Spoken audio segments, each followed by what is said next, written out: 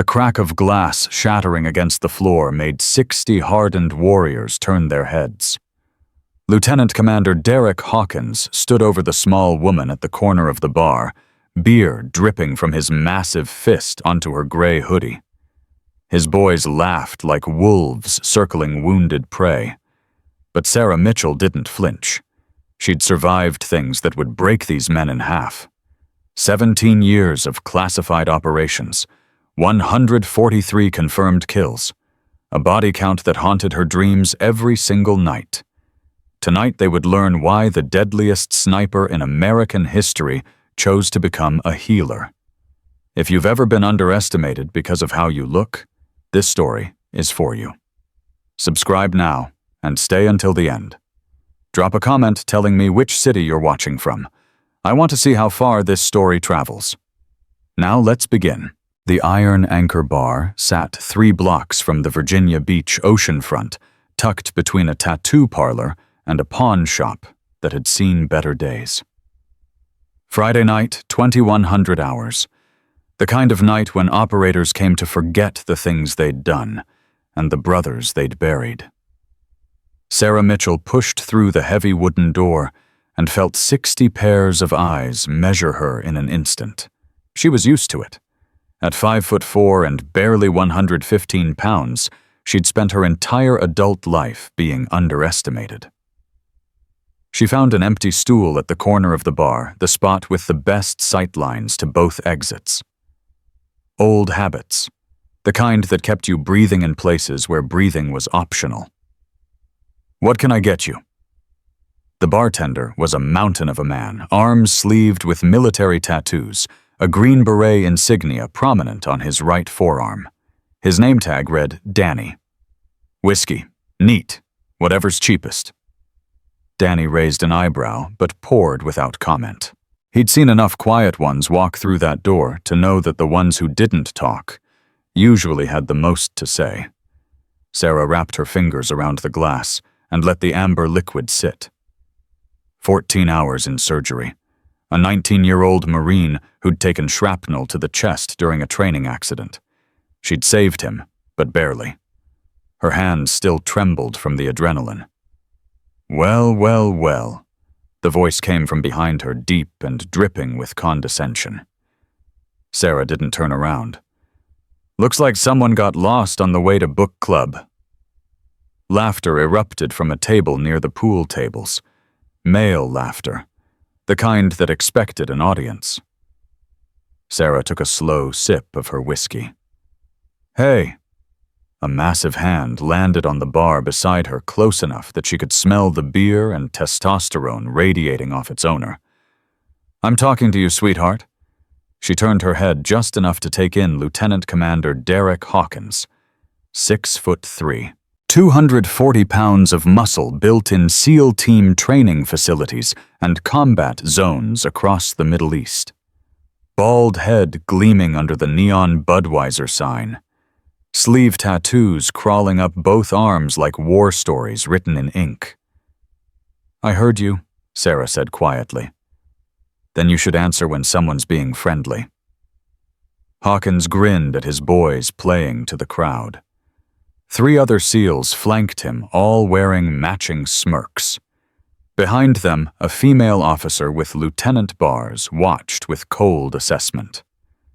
"I'm not looking for friends tonight." "That's too bad." Hawkins reached past her and grabbed her whiskey glass. He held it up to the light, examined it like evidence. "See, the thing is, this bar has a dress code. Military personnel and veterans only. And you, sweetheart, don't exactly look like you've ever worn anything heavier than yoga pants." His boys howled. Sarah felt the familiar stillness settle into her bones. The same stillness that had kept her alive through 22 hours of continuous combat in a Syrian compound. The same stillness that had allowed her to put a bullet through an insurgent's eye socket from 800 meters, while her own blood soaked through 3 different field dressings. "I'd like my drink back," she said. Hawkins looked at the glass, looked at her, and smiled. Then he poured it directly onto her lap. The whiskey soaked through her jeans cold and sharp. The bar went quiet for a heartbeat, then erupted in laughter and cheers. "Oops." Hawkins set the empty glass on the bar with exaggerated care. "My bad, princess. Let me buy you another one. Oh wait, I forgot. This isn't a place for princesses." Sarah looked down at the spreading stain on her thighs. She thought about the 19-year-old Marine she'd just spent 14 hours putting back together. She thought about the 47 hostages she'd carried out of hell 10 years ago. She thought about the 7 teammates who hadn't made it home. She picked up a napkin from the dispenser and began dabbing at the whiskey with slow, methodical movements. "Nothing to say." Hawkins leaned closer, his breath hot against her ear. "Come on, baby. Don't be shy. Tell us what you do for a living. Yoga instructor, Starbucks barista? Or wait, let me guess." He snapped his fingers with mock revelation. "You work at one of those dog grooming places. Yeah, that's it. You got the look." More laughter. Phones were coming out now, screens lighting up like fireflies as operators prepared to document the entertainment. "I'm a surgeon," Sarah said without looking up. "A surgeon?"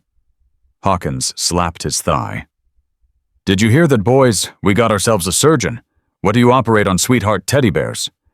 Lieutenant Amanda Chen stepped forward, her blonde hair pulled back in a regulation bun. She had hard eyes, the kind that came from proving herself in a world designed to reject her. Sarah recognized the look. She'd worn it herself once. "You know what I think?" Chen crossed her arms over her chest. "I think she's stolen valor. Some wannabe who watched too many war movies and decided to play pretend in a real warrior's bar." "I never claimed to be anything," Sarah said. "You're here, aren't you?" Chen's voice carried across the now silent bar. "That's claim enough. This isn't a place for tourists. This isn't a place for civilians who want to feel special by rubbing shoulders with people who actually sacrifice." Sarah set down the napkin. Her hands had stopped trembling somewhere in the last 30 seconds. They were perfectly still now, perfectly steady. "I don't want trouble," she said. "Then you shouldn't have walked through that door." Chief Petty Officer Marcus Webb Hawkins' loyal second moved to block the nearest exit. 2 more SEALs drifted toward the other door.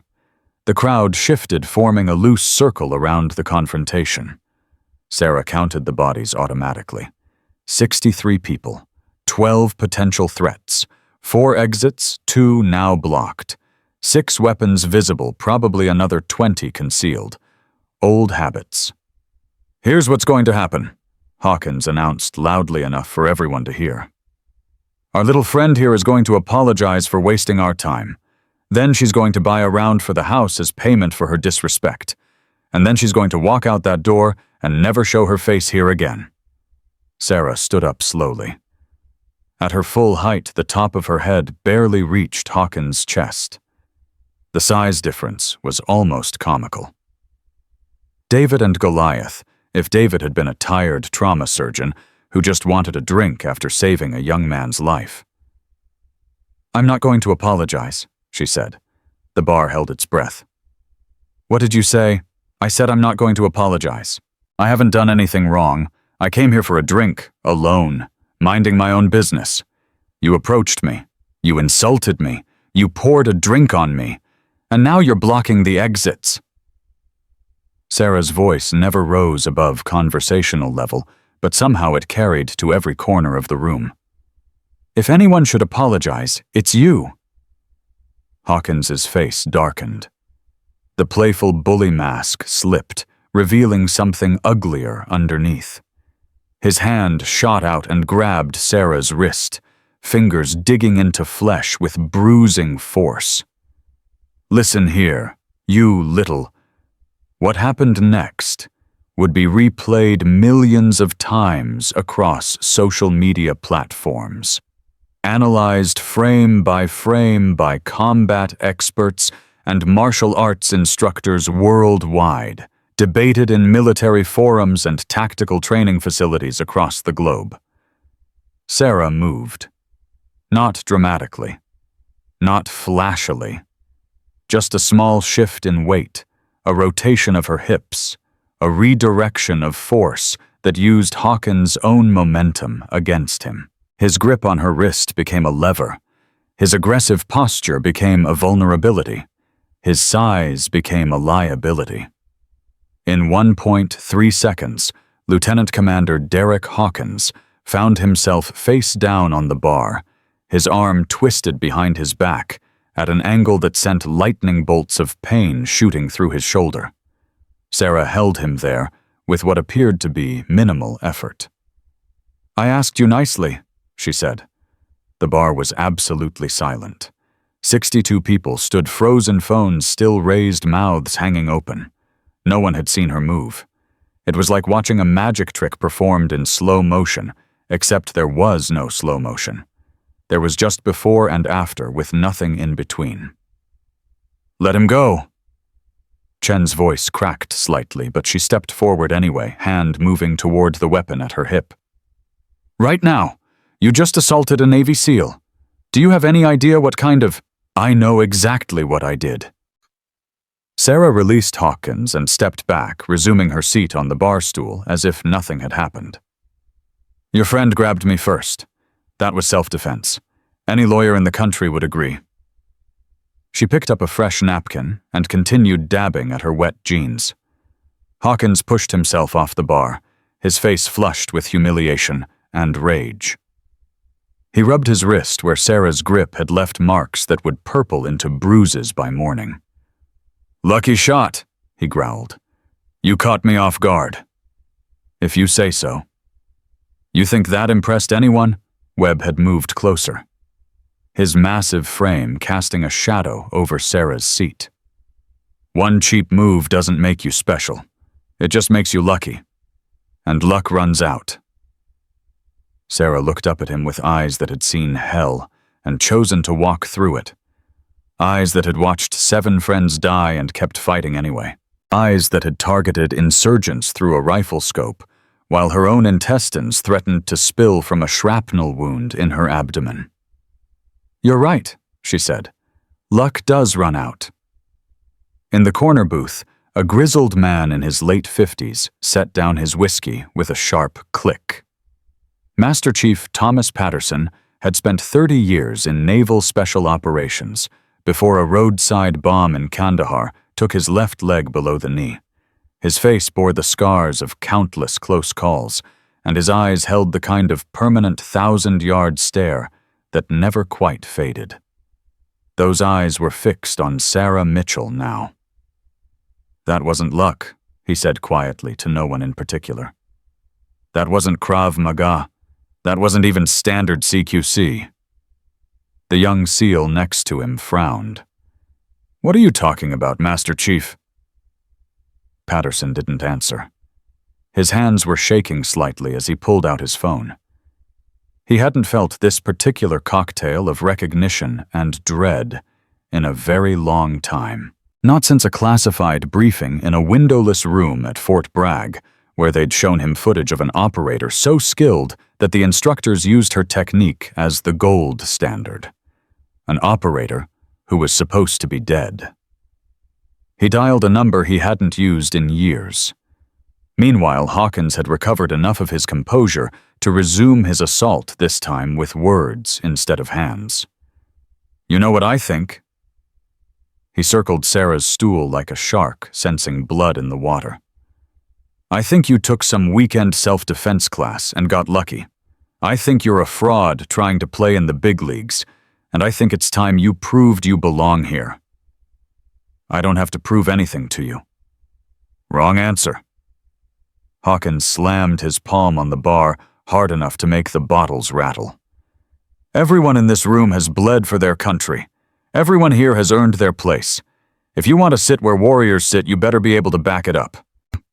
Danny the bartender leaned on the bar, his curiosity clearly piqued. He'd watched the brief takedown with professional interest. 20 years as a Green Beret had taught him to recognize skill when he saw it. "She's got a point, Hawk. She didn't start this." "Stay out of it, Danny. It's my bar. And these are my boys." Hawkins gestured at the crowd of SEALs gathering behind him. "This is our house, and she's an uninvited guest." Sarah finished her napkin work and set the wet paper aside.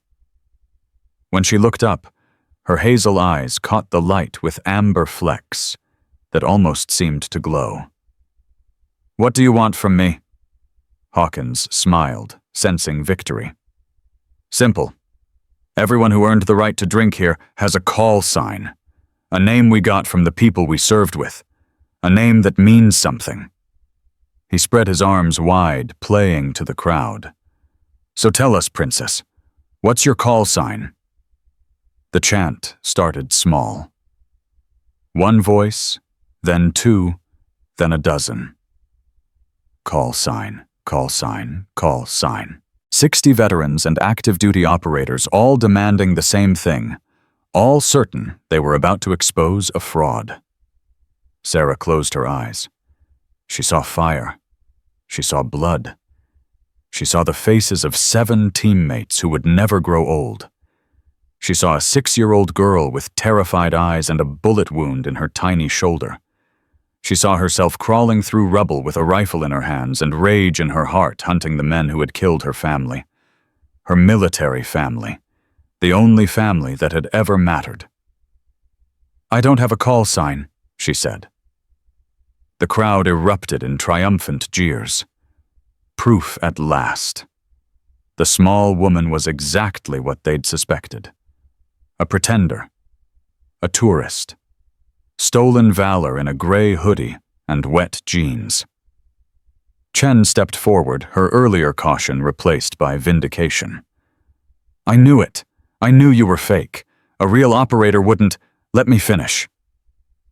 Something in Sarah's voice cut through the noise like a blade. The bar fell silent again. Not from shock this time, but from something deeper. Something that spoke to instincts honed in combat zones around the world. "I said I don't have a call sign." Sarah stood again, and this time her posture was different. Straighter. More dangerous. The tired surgeon had vanished. Someone else stood in her place. "Call signs are assigned by your unit. Nicknames earned through shared experience. Names that follow you through your career." She paused. "But I wasn't in a regular unit. I wasn't a regular operator. And the name that followed me wasn't assigned. It was earned, in blood, in darkness, in places that don't exist on any map." Patterson was on his feet now, phone still pressed to his ear. His prosthetic leg made a soft mechanical sound as he took a step forward, then another. His scarred face had gone pale beneath its permanent tan. "No," he whispered. "It can't be." Sarah met his eyes across the crowded bar, and then she said 2 words that changed everything. "Viper 1." The reaction was immediate and devastating. Hawkins had been raising a fresh beer to his lips, a gesture of dismissive confidence. The bottle slipped from fingers that had suddenly lost all strength. It fell in what seemed like slow motion, shattering against the floor with a crash that echoed like a gunshot. He didn't move. He didn't blink. He stood frozen, his face draining of color so rapidly that Danny the bartender reached for the phone to call 911. Behind him, Marcus Webb made a sound like a wounded animal. His legs buckled, and he grabbed a table for support. The table scraped across the floor with a screech that no one else seemed to hear. Amanda Chen dropped to her knees. Not in supplication. Not in prayer. In pure physical shock, as if the information her brain was processing had simply overwhelmed her body's ability to remain upright. "The ghost," someone whispered from the back of the bar. "The ghost of Crimson Dawn." "That's impossible." Hawkins finally found his voice, though it came out as a croak. "Viper 1 died. 10 years ago. Operation Crimson Dawn. The whole unit was listed as KIA. I read the report. I read the You read what they wanted you to read. Sarah's voice was steady, but her hands had started trembling again. Not from fear, not from adrenaline, from memory, from the weight of things she'd spent a decade trying to bury. You read the official story, the sanitized version, the one that kept my enemies from hunting me and my government from explaining how they'd sent a single operator into a situation that should have required a full battalion. Patterson had reached the center of the bar. Tears were streaming down his scarred face, cutting tracks through years of carefully maintained stoicism. My brother, he said. Master Chief William Patterson. He was on that mission. He was Kodiak. Sarah's voice softened. We called him Kodiak because he was big and strong and protective like a bear watching over her cubs. He saved my life twice during the infiltration, took a bullet meant for me during the initial ambush. Patterson's knees gave out. He would have fallen if Danny hadn't rushed around the bar to catch him. He talked about you, Patterson gasped. In his last letter, he said there was someone on the team, someone special, someone who was going to change everything about how we thought about what operators could be. He was the best man I ever served with. Sarah's hazel eyes glistened, but no tears fell. She'd cried herself dry years ago. They all were: Kodiak, Preacher, Whiskey, Jackhammer, Raven, Doc, and Switchblade, 7 brothers, 7 warriors, 7 heroes who died so that 47 civilians could live. The bar was utterly silent. Phones had lowered. Drinks had been forgotten. 60 veterans stood in the presence of a legend they'd believed was dead. What happened? The question came from somewhere in the crowd. A young voice. An eager voice. The voice of someone who had grown up hearing whispered stories about the ghost of Crimson Dawn. Sarah closed her eyes, and she remembered. October 15th, 2014. Eastern Syria. 0300 hours. The Black Hawk's rotors cut through the night like a blade through silk. 8 operators sat in the cargo bay. Faces painted in dark camouflage weapons, locked and loaded minds focused on the mission ahead. 47 American hostages. Aid workers, journalists, and their families. Held by an ISIS splinter cell in a compound that had once been a farming community. Intel said light resistance, minimal enemy presence. A quick extraction followed by exfiltration before dawn. Intel was wrong. Sarah knew it the moment they approached the landing zone. The compound was too dark, too quiet. The kind of quiet that came from disciplined fighters holding their positions waiting for prey to walk into the killing zone. Kodiak, she keyed her comm. Something's wrong. Pattern's off. Copy that, Viper. I see it too. Command be advised we're reading possible. The first RPG hit the tail rotor before he could finish the sentence. The Black Hawk spun auto-rotation failing as the pilot fought controls that no longer responded. Sarah felt the familiar sensation of free fall, the gut-wrenching certainty that the ground was coming up fast, and there was nothing anyone could do about it. They hit hard. The impact threw her against the cargo netting, and she felt ribs crack beneath her tactical vest. But she was alive. She was the only one. The crash had killed the pilots instantly. Kodiak was trapped beneath twisted metal, his massive frame pinned in a position no human body should occupy. He was still breathing, but barely. Viper. His voice was a wet gurgle. Blood bubbled at his lips. The hostages, you have to... I'm going to get you out. No time. He grabbed her wrist with surprising strength. Listen to me. The hostages are in the main building. Basement level. 47 souls counting on us. You're the only one who can reach them now. Gunfire erupted outside the wreckage. Shouts in Arabic. Flashlights sweeping through the darkness. I'm not leaving you. Yes, you are. Kodiak's grip tightened. Because that's what we do. That's what the mission requires. And because I'm already dead Viper, I just haven't stopped breathing yet. She looked at him. This giant of a man who had protected her, trained her, believed in her when others doubted. This warrior who had taken a bullet for her hours ago and never complained. Tell my brother, Kodiak whispered. Tell Thomas I died doing what I loved, surrounded by family, fighting for something that mattered. I'll tell him. Now go. That's an order, Master Chief. Sarah pressed her forehead against his for one brief moment. Then she grabbed her rifle, kicked open the crumpled cargo door, and stepped into hell. The bar had gone so quiet that Sarah could hear her own heartbeat echoing off the walls. I killed 89 men that night, she said. I stopped counting after a while. It didn't matter.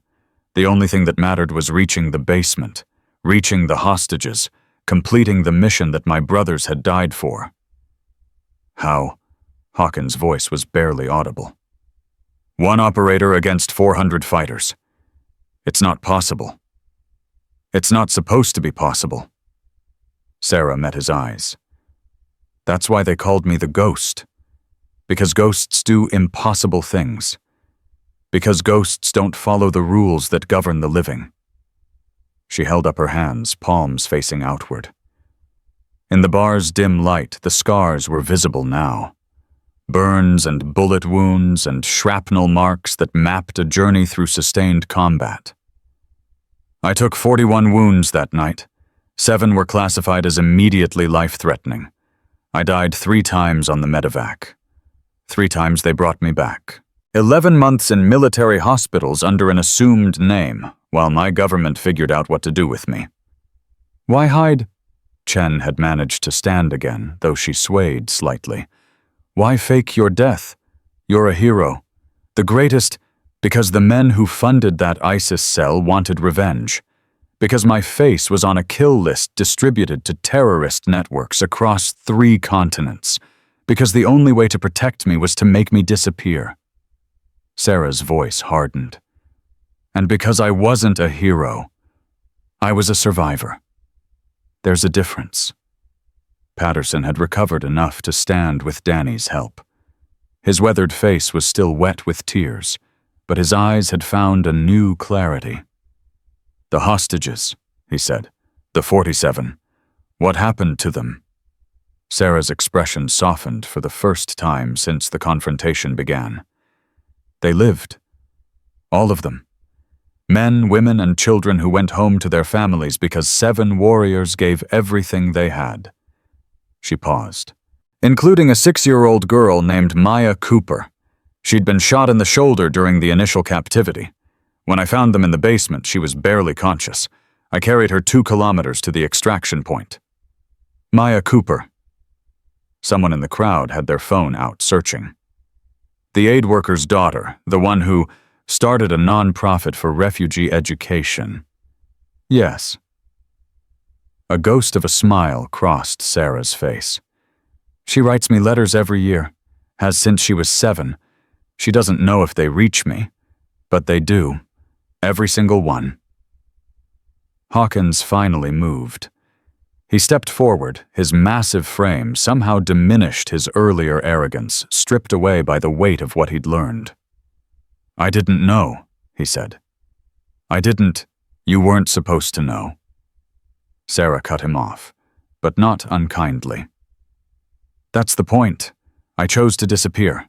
I chose to become Sarah Mitchell trauma surgeon. I chose to spend the rest of my life saving people instead of killing them. Why? The question came from Danny, who had been listening with the intensity of a man who understood the cost of service. Why give up everything you were? Sarah was quiet for a long moment.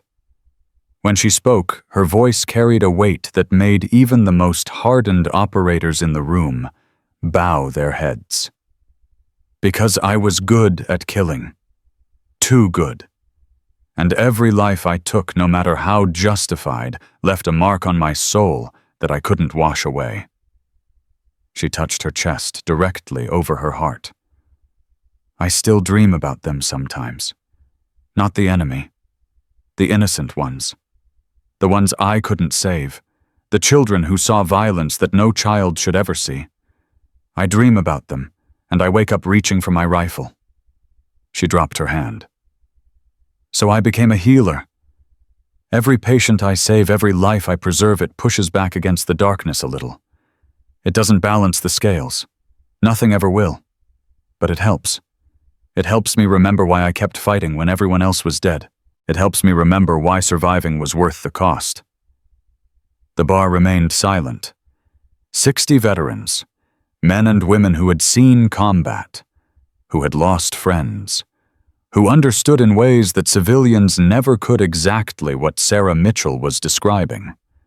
The cost of service, the weight of survival, the impossible task of coming home when pieces of your soul would forever remain in distant deserts and forgotten valleys. Hawkins took another step forward. Then slowly, painfully, he lowered himself to one knee. "Master Chief Viper," he said, "I apologize for my disrespect, for my ignorance, for everything." One by one, other operators followed, kneeling in tribute to a legend they had believed was gone forever. Chen was among them, her earlier hostility transformed into something like reverence. Patterson remained standing, supported by Danny, but his head was bowed, his lips moving in what might have been prayer. Sarah looked at the kneeling warriors and felt something crack inside her chest, something she had carefully walled off for 10 years. "Get up," she said quietly. "All of you.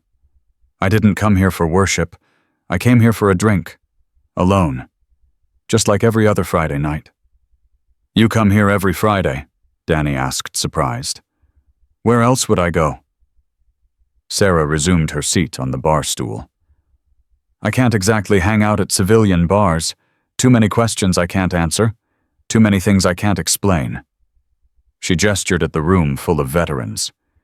"These are my people, the ones who understand what service costs, the ones who don't ask questions they don't want answered." Hawkins rose slowly, his knees cracking with the movement. He stood before Sarah with the bearing of a man who had just learned a lesson he would carry for the rest of his life. "Let me buy you a drink," he said. "Please, it's the least I can do." "You already owe me one drink. You poured the last one in my lap."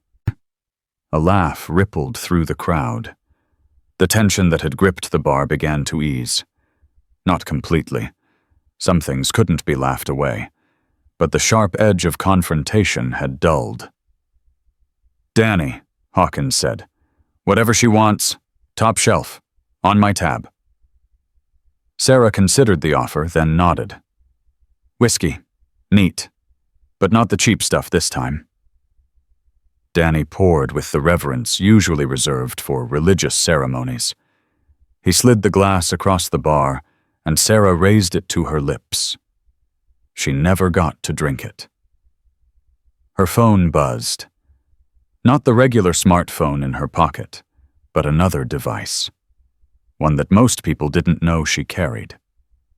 One with encryption protocols that required government clearance just to acknowledge its existence. Sarah looked at the screen, and her face went pale. "What is it?" Patterson had noticed the change immediately. Old instincts never died. Sarah didn't answer. She was reading this message, her eyes scanning text that would have been gibberish to anyone without the proper decryption keys. When she finally looked up, the tired surgeon was gone again. The healer who had spent a decade atoning for violence had vanished. In her place stood Viper 1, the ghost of Crimson Dawn, the deadliest sniper in American Special Operations history. "I have to go," she said. "Go where?" Hawkins moved to block her path, then thought better of it and stepped aside. "What's happening?" Sarah was already moving toward the door, her gait transformed from weary shuffle to tactical stride. 10 years ago, I saved a 6-year-old girl named Maya Cooper. Her voice carried across the silent bar. She's 16 now, works with an NGO, teaching girls to read in places where that's considered a crime. She reached the door and paused her hand on the handle. 3 days ago, Boko Haram kidnapped her, along with 23 other aid workers. They've issued one demand. Patterson's face had gone gray. What demand? Sarah turned to face the room full of warriors who had kneeled before her moments ago. They want the ghost of Crimson Dawn. They want Viper One. Her hazel eyes burned with a fire that had been dormant for a decade. And they're going to get exactly what they asked for. She pushed through the door and disappeared into the night. Behind her, the iron anchor bar erupted into chaos. The door hadn't even finished swinging shut before Hawkins was moving. Everyone who's Tier 1 qualified on me. Now! He didn't wait for responses. He was already pushing through the crowd, his earlier arrogance replaced by something harder, something focused, the instincts of a combat operator taking over where the bully had failed. Patterson grabbed his arm. What do you think you're doing? What does it look like? Hawkins yanked free. She's walking into a suicide mission. Alone. Again. She's survived worse. And she almost didn't. Hawkins spun to face the older man, his voice cracking with intensity. You read the classified reports. I know you did. Crimson Dawn nearly killed her. 41 wounds. Dead 3 times on the table. 11 months of recovery. He jabbed a finger toward the door Sarah had just exited. She's 47 years old now. She hasn't operated in a decade, and she's about to walk into Boko Haram territory like it's a Sunday stroll. She's 37, Chen corrected quietly. Personnel files list her birth year as, I don't care if she's 25. Hawkins was already moving again. Nobody goes alone. Not on my watch. Not after what I just learned about what alone cost her last time. Danny vaulted over the bar with an agility that belied his size. I'm in. Green Beret 12 years, 3 tours in Afghanistan, 2 in Iraq. Danny, you run a bar now. I run a bar because my wife made me promise to stop getting shot at. Danny's jaw tightened. She died 2 years ago, cancer. I'd say that releases me from the promise. More voices joined the chorus. Webb stepped forward, followed by 2 other SEALs from Hawkins' team. A Marine Corps sniper who'd been nursing whiskey in the corner. A former Delta operator who'd lost his left hand to an IED, but still shot better with his right than most men shot with 2. Within 60 seconds, 12 operators had volunteered. 12 warriors ready to follow a woman they'd tried to humiliate into a firefight they knew nothing about. This is insane. Chen hadn't moved from her position near the bar. Her face was pale, her hands trembling slightly at her sides. We don't have authorization. We don't have intel. We don't have time. Hawkins cut her off. Every minute we waste arguing is a minute closer to Maya Cooper's execution. You want to stand here and debate protocol while a 16-year-old girl dies? Chen's jaw worked silently. Then slowly she nodded. I'm in. I'm good. Hawkins turned to Patterson. Master Chief, you know people. People who can get us transport equipment intel. People who owe favors. Patterson's scarred face twisted with emotion. My brother died following Viper One into hell. And she honored his sacrifice by saving 47 lives. Hawkins met the older man's eyes without flinching. Don't you think he'd want us to help her save more? The silence stretched for 3 heartbeats. 4. 5. Then Patterson pulled out his phone. I know a guy at JSOC. Owes me for Fallujah. Give me 10 minutes. He limped toward the back of the bar, already dialing. Hawkins addressed the assembled volunteers. Anyone who's not absolutely certain they want to do this, walk away now. No judgment, no questions. This is off books, completely deniable. If we get caught, we're on our own. If we die, our families get nothing. Nobody moved. All right then. Hawkins cracked his neck. Let's go catch a ghost. They found her 3 blocks away, standing beside a 10-year-old Honda Civic that looked like it belonged to a college student, rather than the deadliest sniper in American history. Sarah didn't turn around as 12 sets of boots approached. She was staring at her phone, reading something that made her shoulders tight with tension. "You shouldn't be here," she said. "Neither should you." Hawkins stopped 6 feet away, respecting her space. "But here we are. This isn't your fight." "The hell it isn't."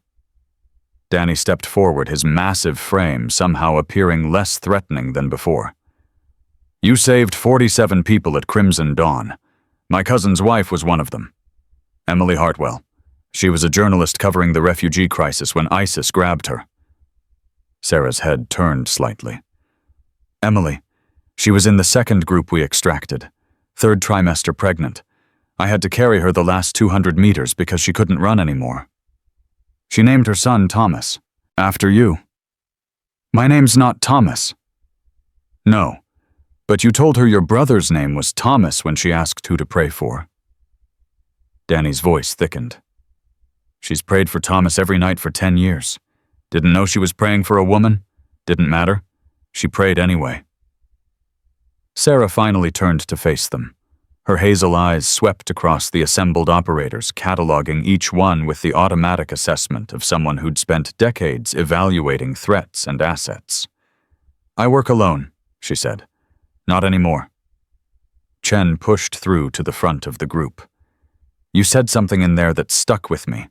You said everyone in that bar earned their place through sacrifice, through service." She straightened her shoulders.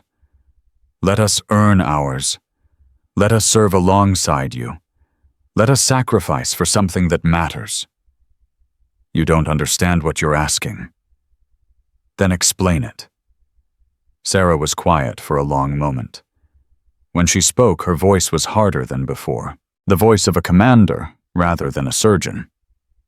"Boko Haram's northern Nigeria cell has Maya and 23 other aid workers.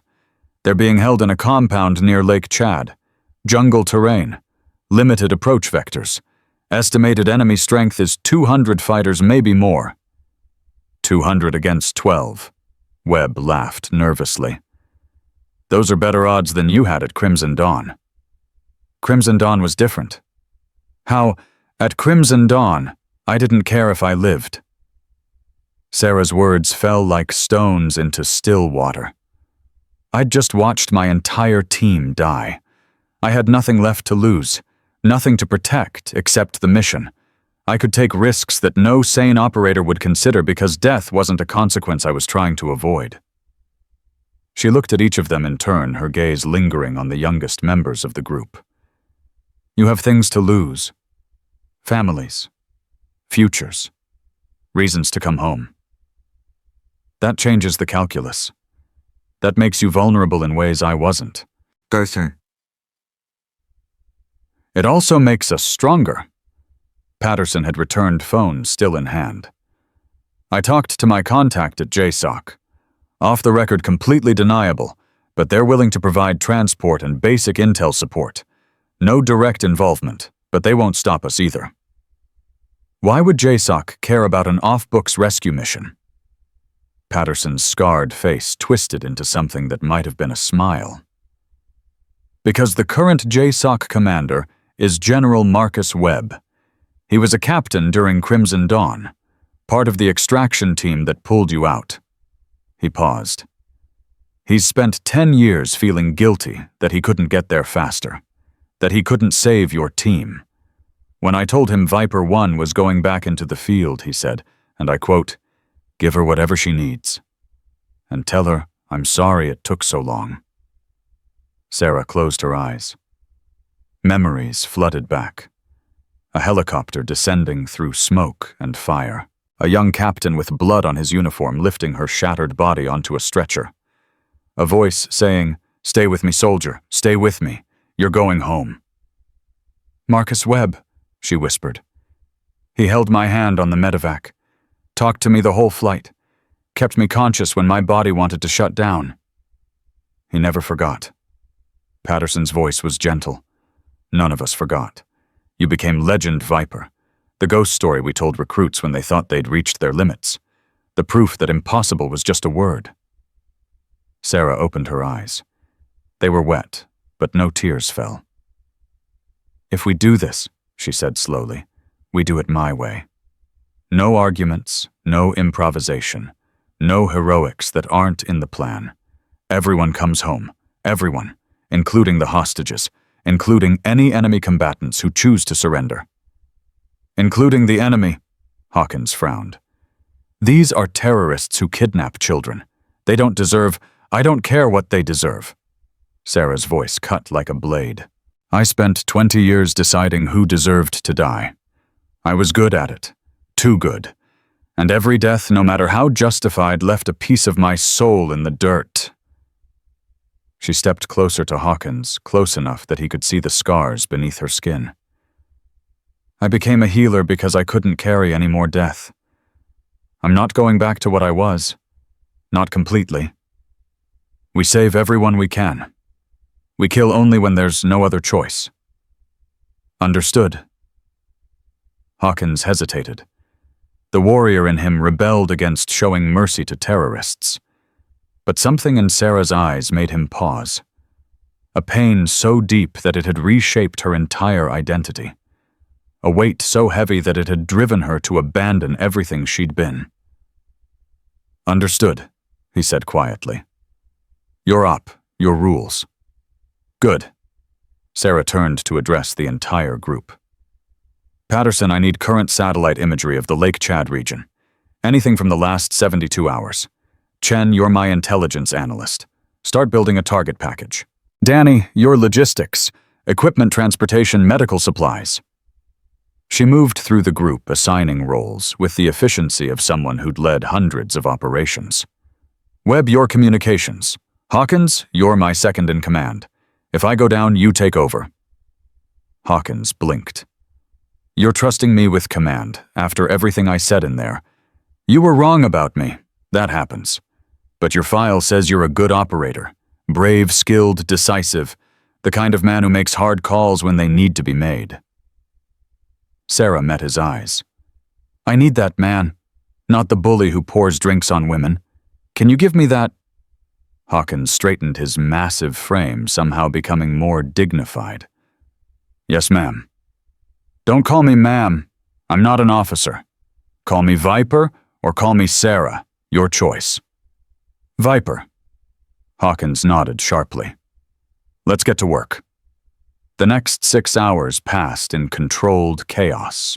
Patterson's JSOC contact came through with satellite imagery that showed the Boko Haram compound in alarming detail. 230 fighters, not 200, heavy weapons emplacements, a sophisticated early warning system that would detect any aerial approach miles out.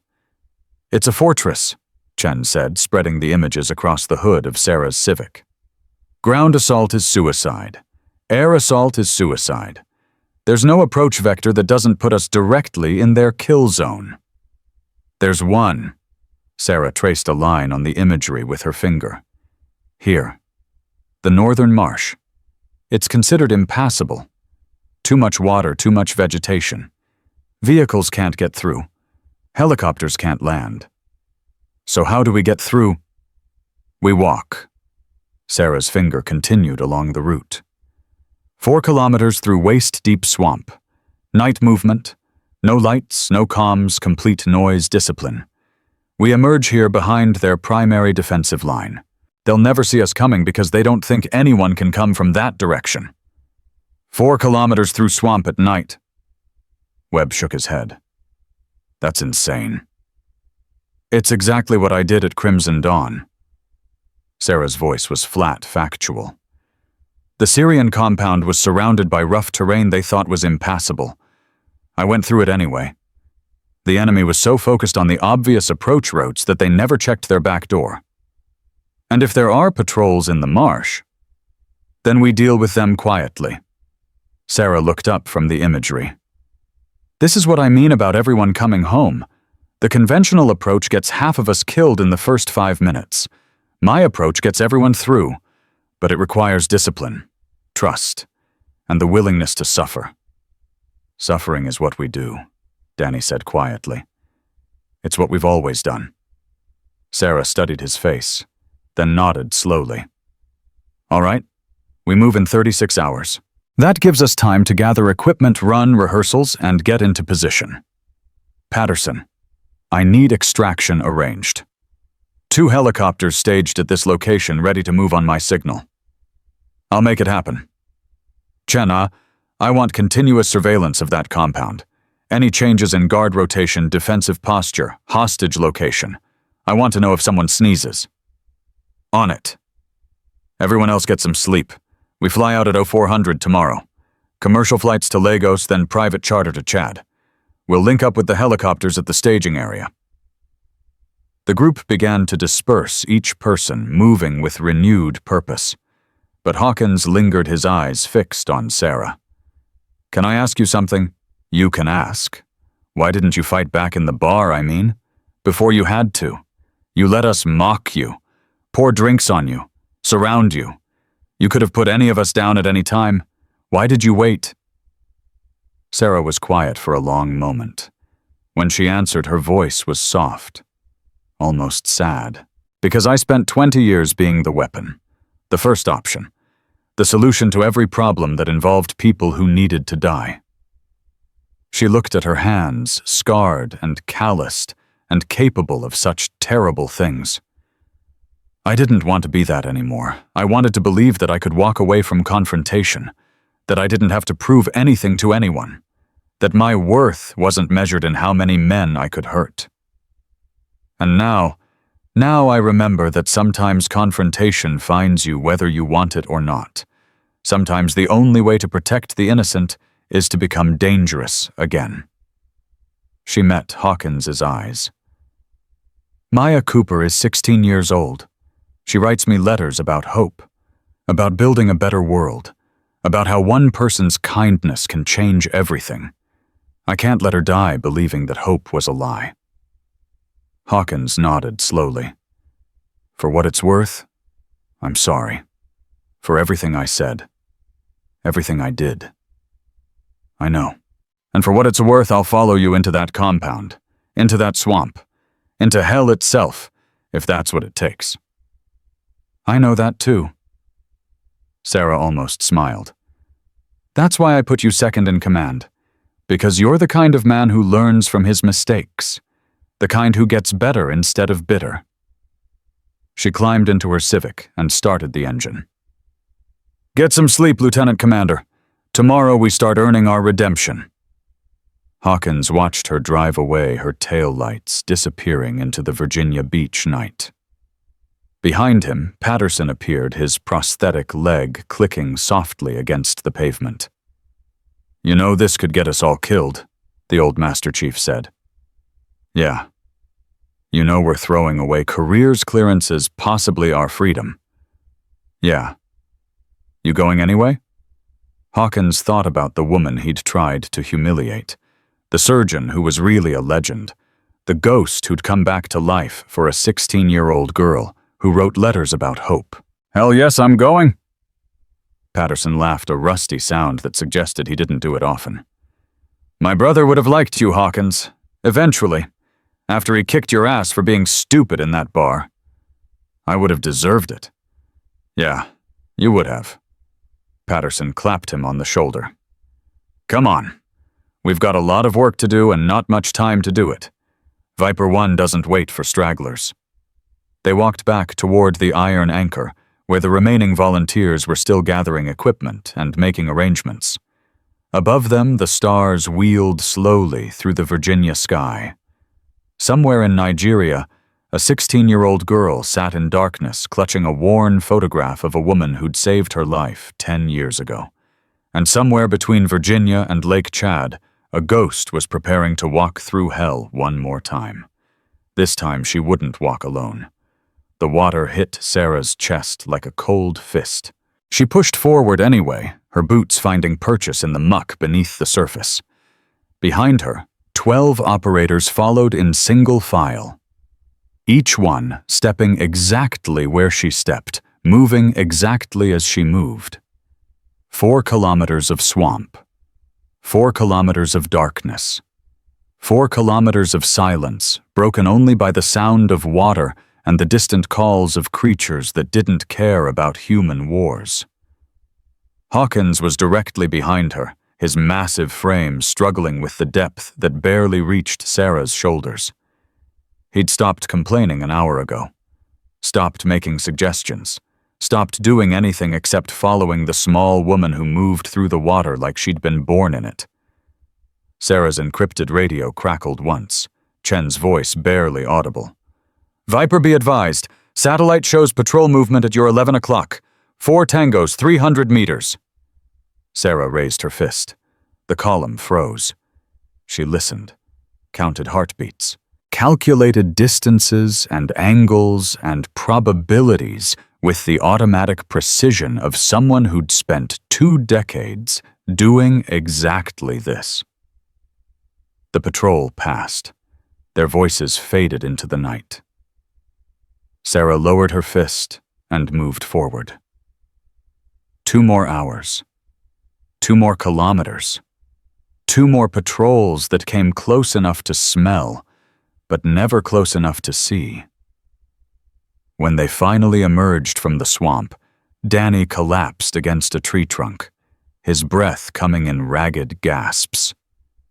"Jesus Christ," he whispered. "How did you do that in Syria alone, with 41 wounds?" I didn't have a choice. Sarah was already scanning the terrain ahead, her eyes adapted to the darkness. When you don't have a choice, you'd be surprised what your body can do. Or horrified. That too. Patterson limped up beside her, his prosthetic leg caked with mud, but still functional. "Compound's 500 meters northeast. Chen's last update shows guards concentrated on the southern perimeter. Northern approach is minimal. Because they think no one can come from this direction. They thought wrong." Sarah checked her watch. 03:47. They had less than 2 hours until dawn. Less than 2 hours until the element of surprise evaporated with the morning light. "Everyone listen up." She kept her voice low, but it carried to every member of the team. "We split into 3 elements. Alpha team takes the guard towers, Bravo team secures the hostage building, Charlie team handles extraction coordination. Nobody fires unless fired upon. Nobody engages unless absolutely necessary." "And the hostages?" Webb asked. "Maya and the others are in the basement of the main building. Same setup as Crimson Dawn. They know what works." Sarah's jaw tightened. "I'm going in alone." "Like hell you are." Hawkins stepped forward, his face hard. "We didn't come all this way to watch you commit suicide." "It's not suicide. It's strategy." Sarah met his eyes without flinching. "They want the ghost of Crimson Dawn. They've been broadcasting that demand for 3 days. If I walk in the front gate, they'll be so focused on me that they won't see you coming." "That's insane!" "It's exactly what they expect, and exactly what I did in Syria." Sarah's voice softened slightly. "I know how to be bait, Hawkins. I know how to draw fire. I know how to survive long enough for extraction. Let me do what I do best." "What you do best is kill people from 1,000 meters away, not walk into enemy compounds like a sacrificial lamb." "I'm not sacrificing myself. I'm creating an opportunity." Sarah turned to face the entire team. "When I enter that compound, every eye will be on me. Every weapon will be pointed at me. That's when you move. That's when you take down the guards, secure the perimeter, and get those hostages out." "And what happens to you?" Sarah didn't answer. Viper. Patterson's voice was quiet but intense. What happens to you? I'll figure it out. That's not a plan. That's a prayer. Sometimes prayers are all we have. Sarah checked her weapon one final time. I've walked into worse situations and walked out. Trust me. I trust you. Hawkins grabbed her arm, his grip firm but not painful. But I also lost friends because commanders made plans that didn't include their own survival. Don't be that commander. Don't make us watch you die. Sarah looked at his hand on her arm, then at his face, then at the 11 other operators who had followed her through 4 kilometers of swamp to save people they'd never met. I don't plan to die, she said quietly. But I also don't plan to let Maya Cooper die. If it comes down to a choice between my life and hers, there's no choice. She's 16. She has her whole life ahead of her. I've already lived more years than I ever expected. It's exactly how it is. Sarah gently removed his hand from her arm. Now get into position. We move in 15 minutes. She walked away before anyone could argue further. Danny caught up with her at the edge of the tree line. Can I say something? You can say whatever you want. Doesn't mean I'll listen. Fair enough. Danny fell into step beside her, his breathing still heavy from the swamp crossing. My wife before she died. Cancer. Took her slow. Gave us time to talk about things we'd never talked about before. Sarah kept walking. I'm sorry for your loss. She asked me once why I joined the army, why I spent 20 years getting shot at in places most Americans couldn't find on a map. Danny's voice caught slightly. You know what I told her? What?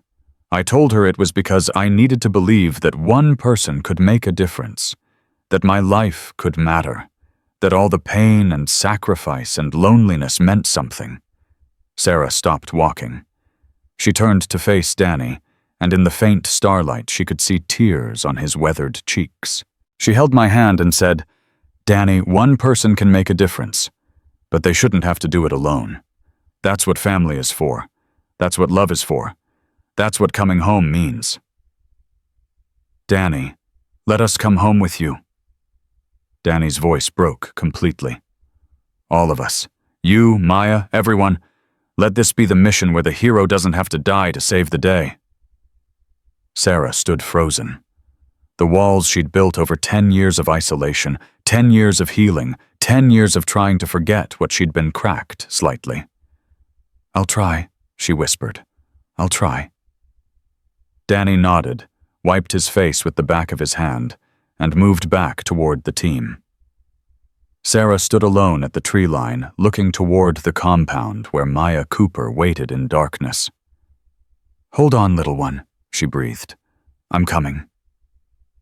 At 0400, exactly, Sarah Mitchell walked out of the jungle and into the open ground surrounding the Boko Haram compound. She walked slowly, deliberately, her hands raised above her head, her weapons holstered but visible. Every step announced her presence. Every movement screamed target. The first shout came within 30 seconds. Guards on the wall pointing, scrambling for weapons. Spotlights swung toward her, blinding white light that turned the darkness into noon. I am Viper 1. Sarah's voice carried across the killing ground with parade ground clarity. The ghost of Crimson Dawn. You asked for me. Here I am. More shouts, more guards appearing. A siren began to wail somewhere inside the compound, the sound rising and falling like a mechanical scream. Sarah kept walking. 50 meters from the gate, she stopped. Stood perfectly still.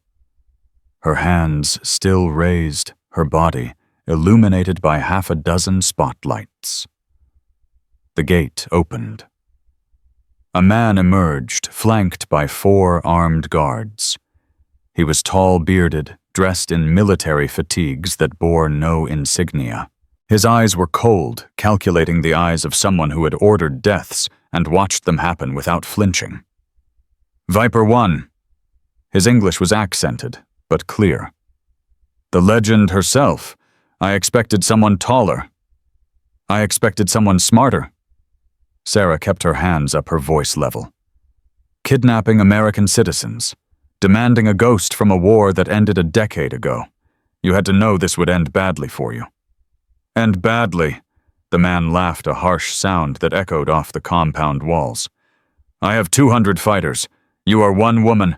The math seems fairly simple." "The math at Crimson Dawn was worse. I survived." "Crimson Dawn was a fluke, a miracle. Miracles don't happen twice." "Then I guess we'll find out." Sarah lowered her hands slowly. "I'll make you a deal. Release the hostages. All 24 of them. Let them walk out of here right now. In exchange, you get me. The ghost of Crimson Dawn. Alive. Imagine what your masters will pay for that." The man's eyes narrowed. "You would trade yourself for strangers." "They're not strangers. One of them is family." "The Cooper girl." Understanding dawned on his face. "The one you saved in Syria? The little girl who grew up to teach our women to read, to corrupt them with Western ideas, to give them choices, to show them they could be more than property." Sarah's voice hardened. "That's not corruption. That's freedom." "Freedom." The man spat the word like poison. "Freedom is a lie told by the powerful to control the weak. There is only strength and submission. Your Maya Cooper submitted when we took her. She will submit again when we execute her in front of the world." "No." Sarah took a step forward.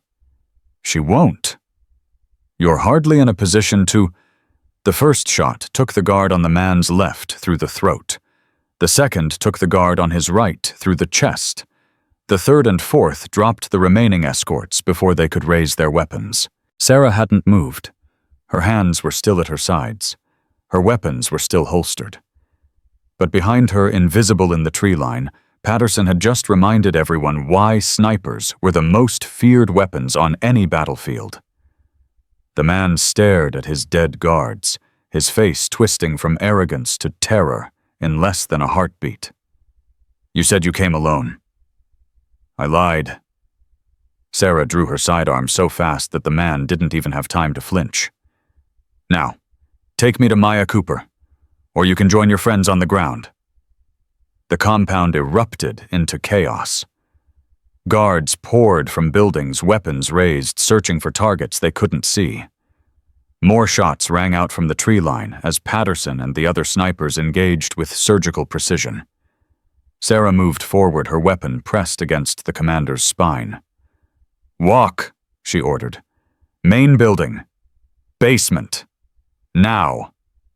He walked. He had no choice. Behind them, explosions bloomed as Danny's demolition charges took out the compound's communications array. The radio towers fell like dominoes, cutting the terrorists off from any hope of reinforcement. "Alpha Team status." Sarah's voice was calm, professional, as if she were discussing the weather rather than fighting a battle. Hawkins's voice crackled in her ear. "Guard towers neutralized. 6 tangos down. No casualties." "Bravo Team," Chen responded. "Perimeter secured. 12 tangos down. Webb took around to the vest, but he's moving." "Charlie Team." Patterson's voice was gravelly with exertion. "Extraction staged. Helicopters inbound. ETA 8 minutes." Sarah smiled. Not a pleasant smile. The smile of a predator who had sprung her trap. "Move faster," she told the commander. "Your time is running out." They reached the main building as gunfire crackled across the compound. Inside, more guards waited, but they hesitated when they saw their commander at gunpoint. That hesitation cost them everything. Sarah moved through them like water through rocks. Her weapon spoke in controlled bursts, each shot finding its mark with the economy of motion that had made her legendary. 5 guards down in 4 seconds. No wasted rounds. No unnecessary deaths. "Basement," she said, pressing her weapon harder against the commander's spine. "Move." They descended into darkness. The smell hit Sarah first. Sweat and fear and human waste, the scent of captivity and despair. She'd smelled it before in a Syrian basement that haunted her nightmares. "Maya," Sarah's voice echoed off the concrete walls. "Maya Cooper." A sound came from the darkness ahead. Not words, just a sob. The kind of sound that came from someone who had given up hope and suddenly found it again. Sarah. The voice was weak, trembling, but Sarah recognized it instantly. The voice of the 6-year-old girl she'd carried through fire. The voice that had said, "Thank you, Angel," as the medevac lifted them to safety. "I'm here, sweetheart." Sarah's throat tightened. "I'm here. I told you I'd always watch over you." She rounded a corner and found them. 24 figures huddled against a wall, chained together, their faces gaunt with hunger and fear. And in the center, her arms wrapped around a younger woman who was clearly her sister, was Maya Cooper. 16 years old now. No longer the tiny child Sarah remembered. But her eyes were the same. Those dark, intelligent eyes that had looked at Sarah with such trust as bullets flew and men died and the world burned around them. "You came," Maya's voice cracked. "I told them.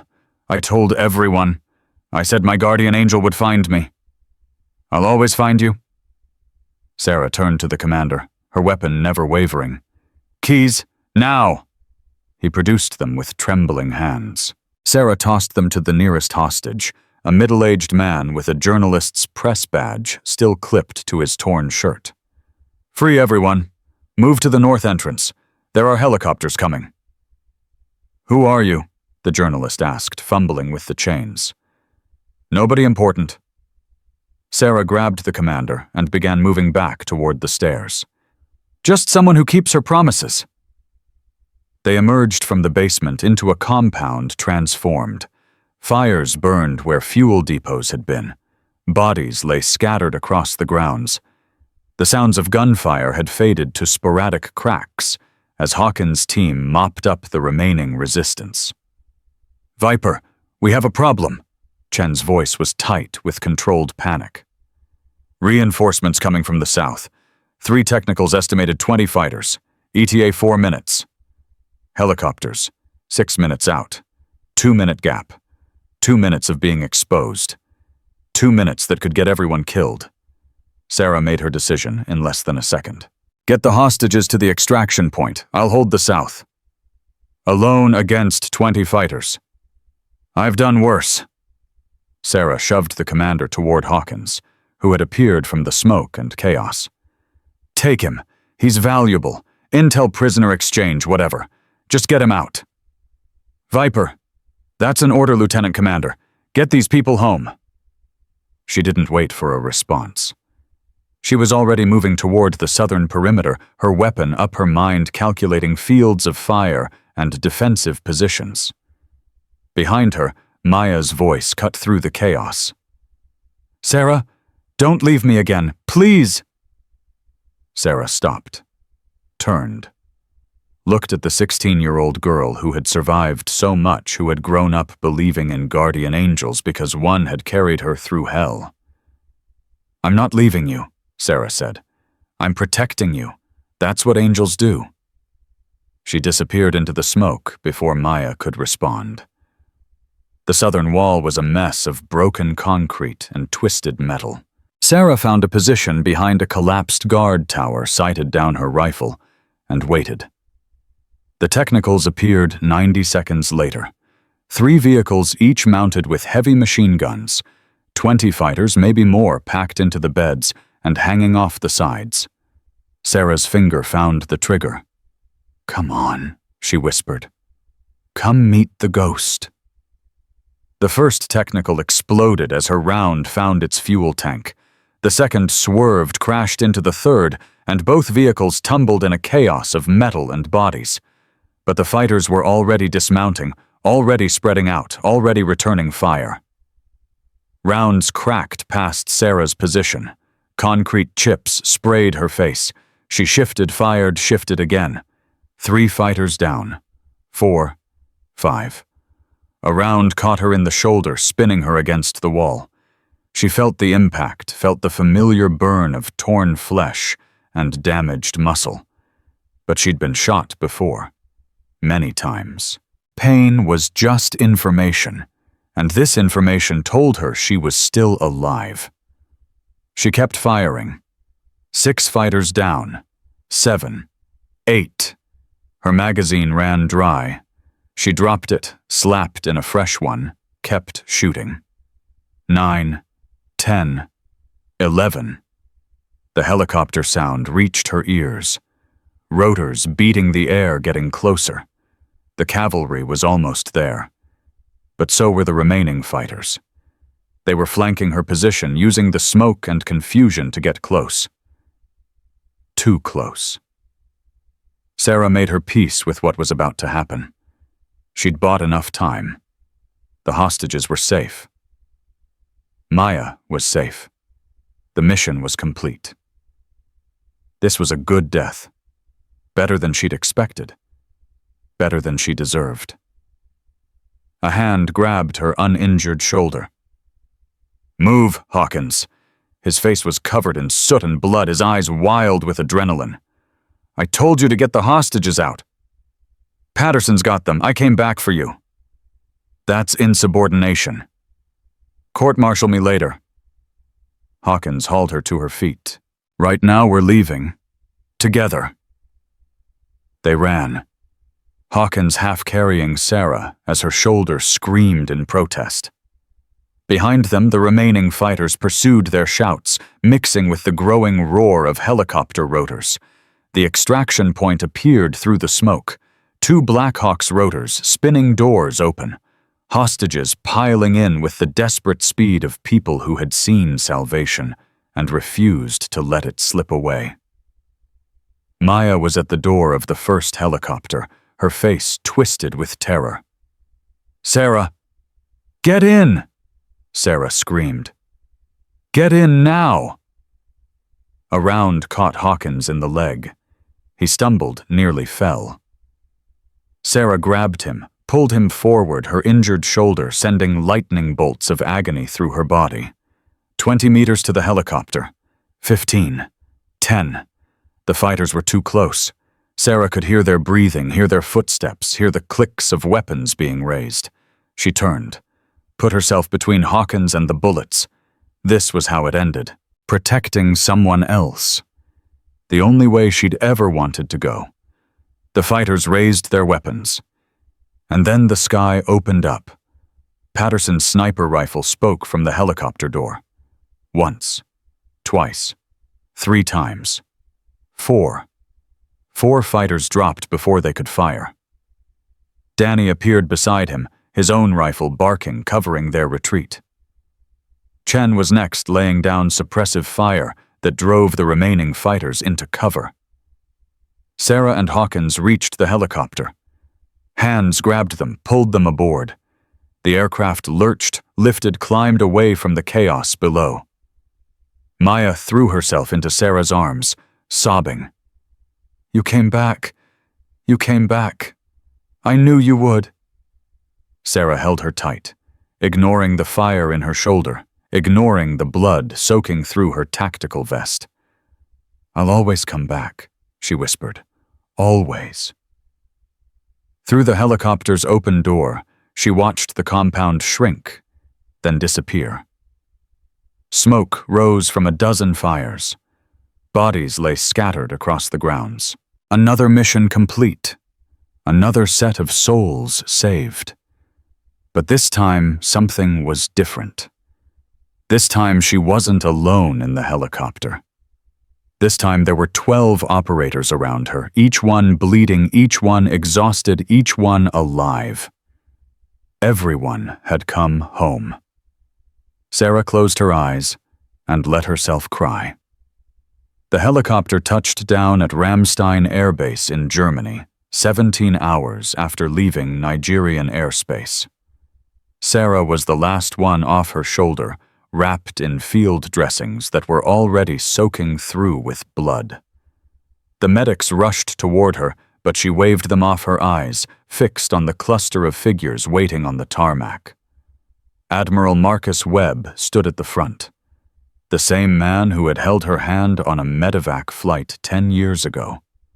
The same man who had whispered, "Stay with me, soldier," while her life drained out through 41 holes in her body.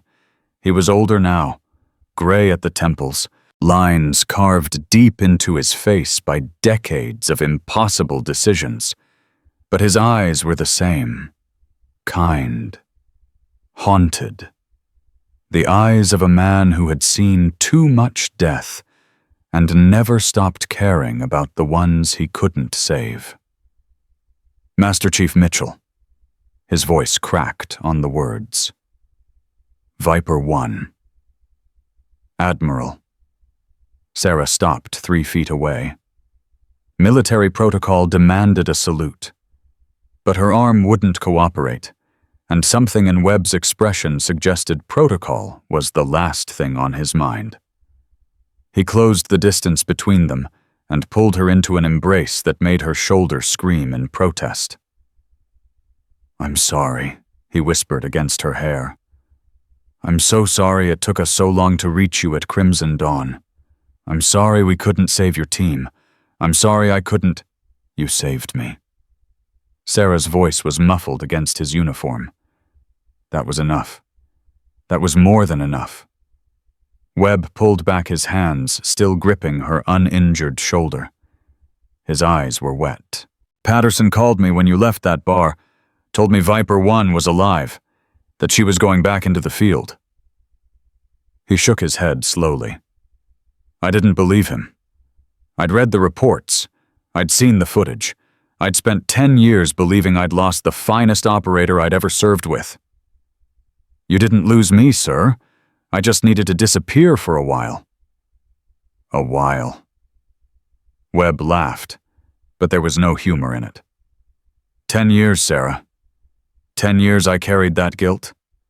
10 years I wondered if I could have done something different, if I could have gotten there faster, if I could have— "You couldn't." Sarah cut him off gently. "The mission was compromised before we even inserted. Intel failure at the highest levels. Nothing you did or didn't do would have changed what happened in that compound. That's what the review board said. It never made the guilt go away. It never does." Sarah stepped back, breaking contact. "But you can't carry guilt for decisions you didn't make. You can only carry it for the ones you did." Webb studied her face for a long moment. Then he straightened the Admiral, reasserting itself over the man. "We need to debrief. The mission in Nigeria was unauthorized, off books, the kind of operation that ends careers and starts congressional investigations."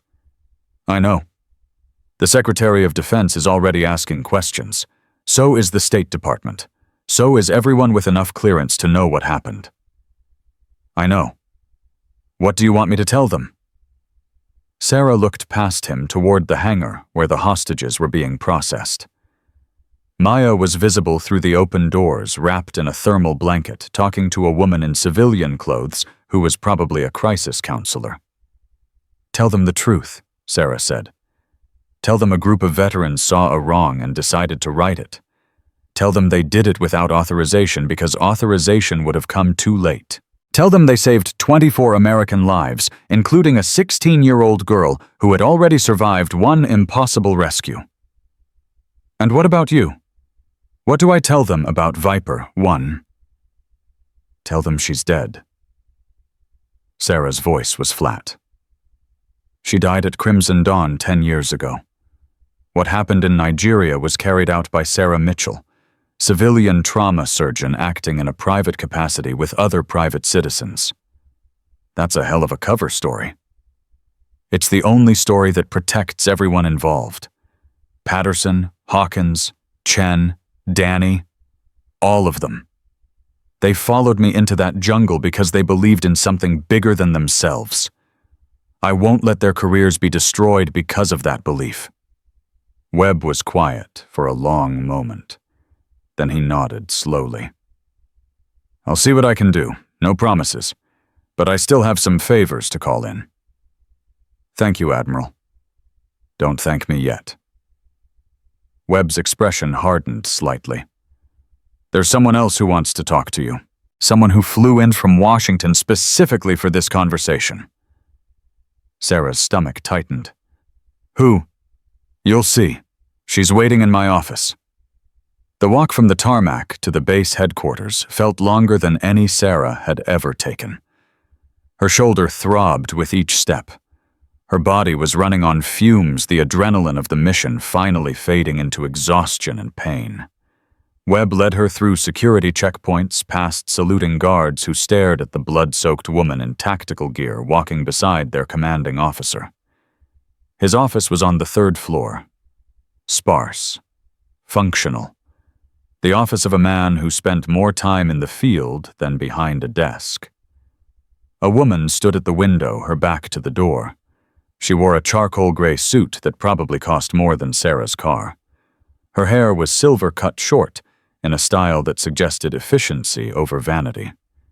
She turned when the door opened. Sarah stopped breathing.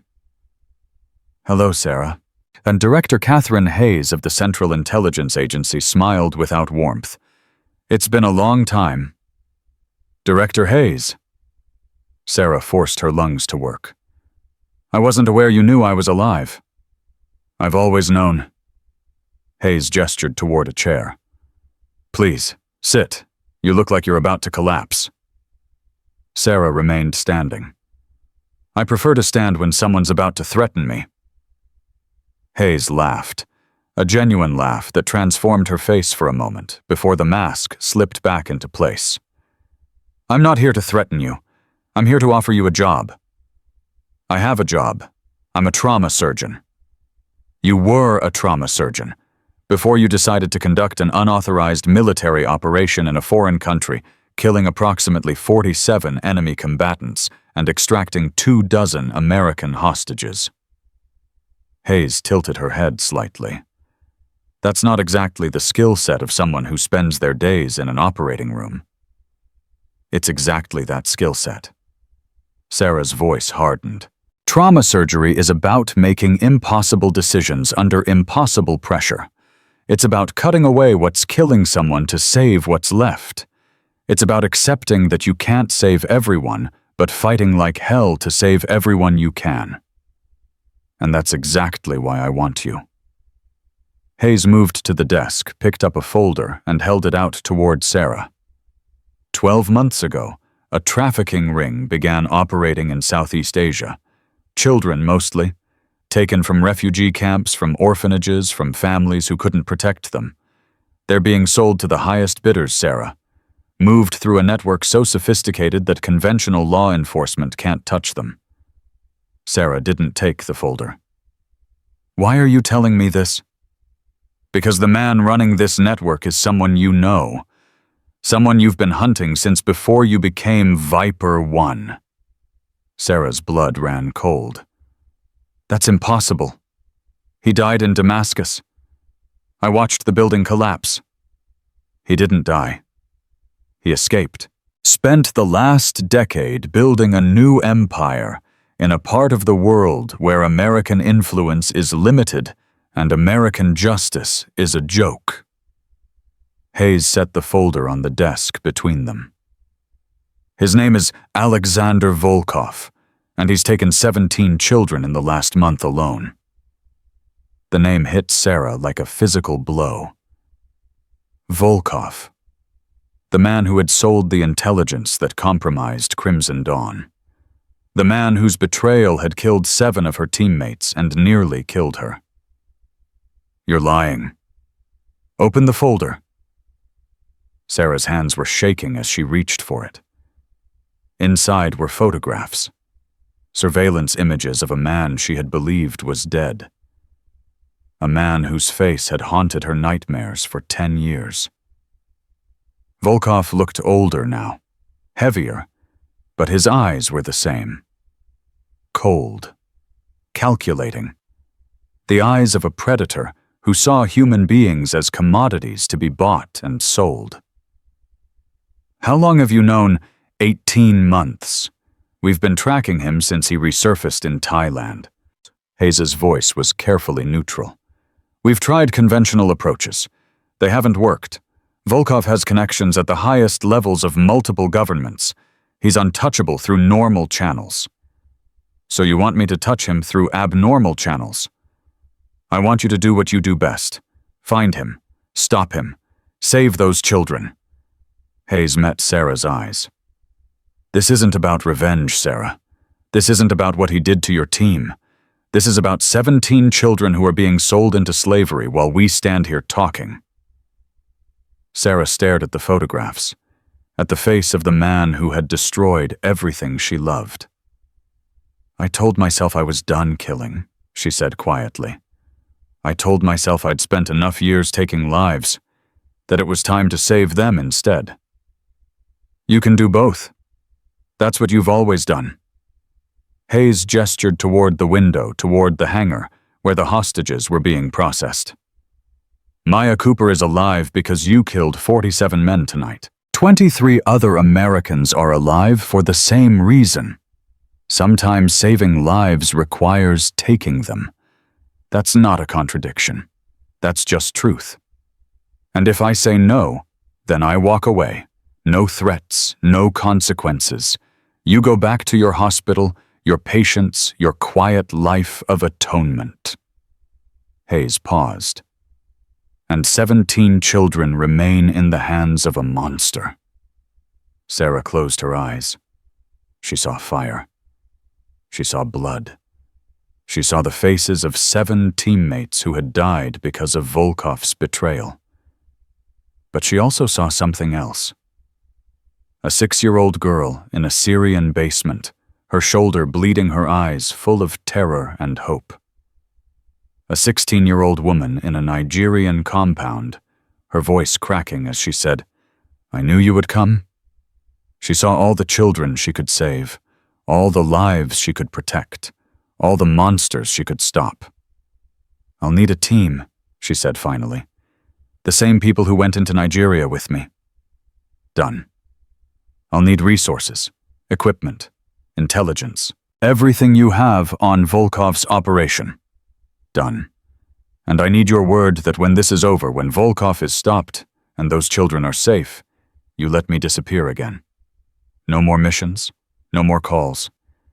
I go back to being Sarah Mitchell, trauma surgeon, and I stay that way." Hayes was quiet for a long moment.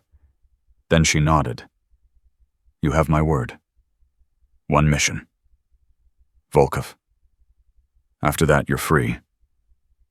Sarah looked at the folder one more time, at the face of the man who had taken everything from her, at the intelligence reports describing 17 children who were running out of time. "When do we start?" "Immediately." Hayes moved toward the door. "Admiral Webb will coordinate logistics. I'll have a full intelligence package delivered within the hour. Your team can debrief and rest, but we move in 72 hours. That's how long we have before Volkov transfers his current inventory to buyers in Eastern Europe." "Inventory." Sarah's voice was bitter. "That's what you call children. That's what Volkov calls them. I call them the reason you're going to destroy everything he's built." Hayes paused at the door. "One more thing. Maya Cooper asked to see you. She's refusing to leave until she talks to you. I'll find her. Sarah." Hayes turned back, and for a moment the mask slipped again. Something almost human showed through. "What you did in Nigeria was remarkable. What you did at Crimson Dawn was legendary. But what you're about to do for those children will be remembered long after both of us are gone. That matters. Don't let anyone tell you it doesn't." She left before Sarah could respond. Webb had been waiting in the hallway. He stepped inside, his face creased with concern. I heard everything. You don't have to do this. Hayes has no authority to compel you. She doesn't need authority. Sarah tucked the folder under her arm. She just needs to show me children in danger. That's all the authority required. Volkov is dangerous, more dangerous than anyone you've faced since Syria. I know. He nearly killed you once. I know. So why are you doing this? Sarah looked at the photographs one more time. At Volkov's cold eyes. At the surveillance images of warehouses where children were being held like livestock. Because I spent 10 years trying to forget what I was. Trying to become something different. Something softer. Something that didn't kill people for a living. She met Webb's eyes. But the truth is, I am what I am. I'm a weapon. I've always been a weapon. The only choice I have is what I point myself at. And you're pointing yourself at Volkov. At Volkov. At everyone who profits from stolen children.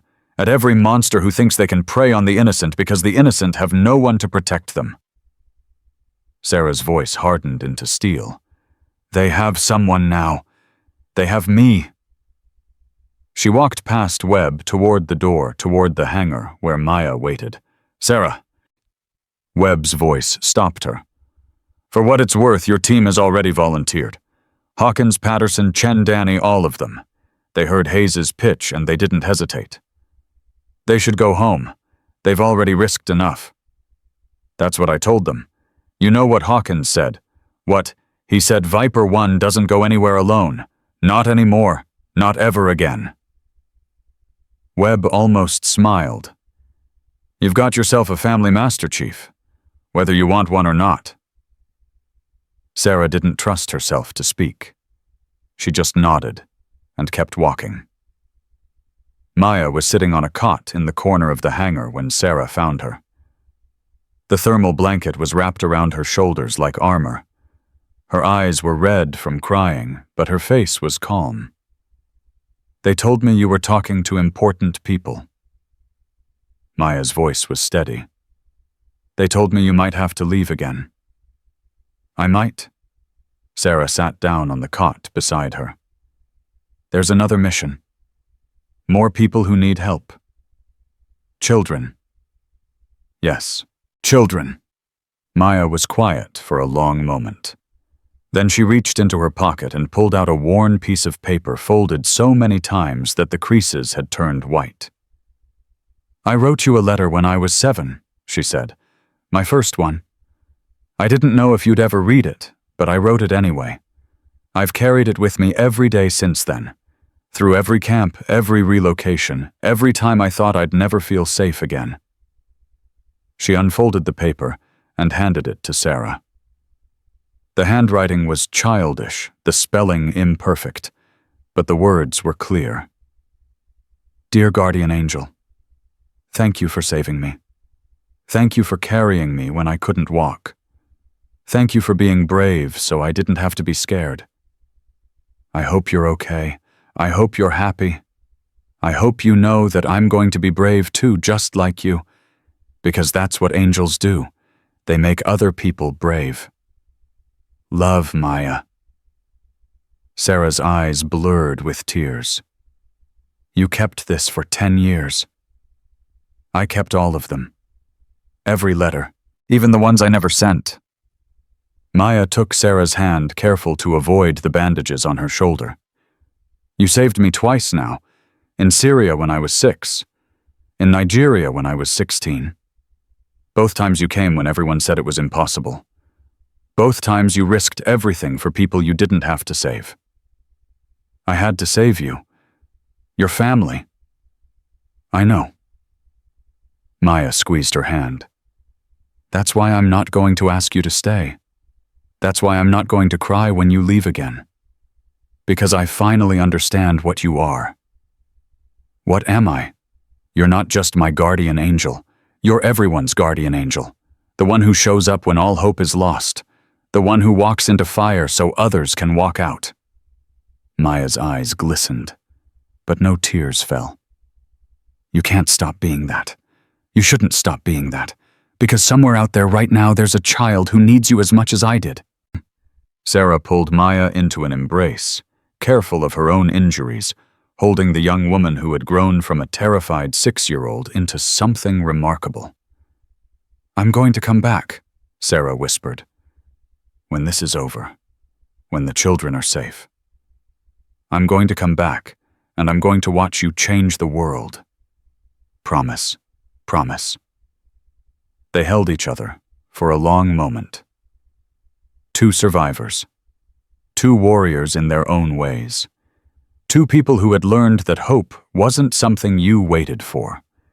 It was something you created. Something you fought for.